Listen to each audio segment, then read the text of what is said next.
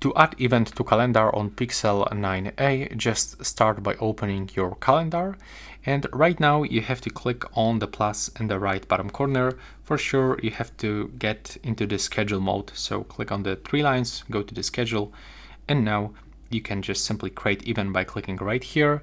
And as you can see right here, we can find a lot of options.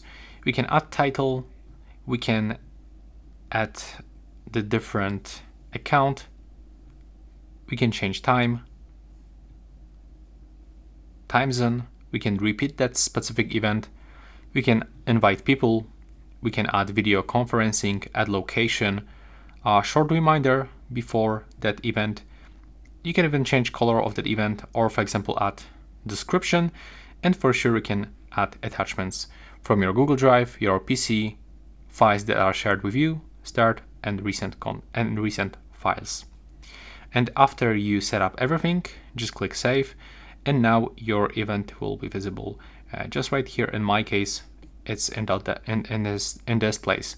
You can still edit that event by clicking here, or you can simply remove it by selecting here and using the delete option.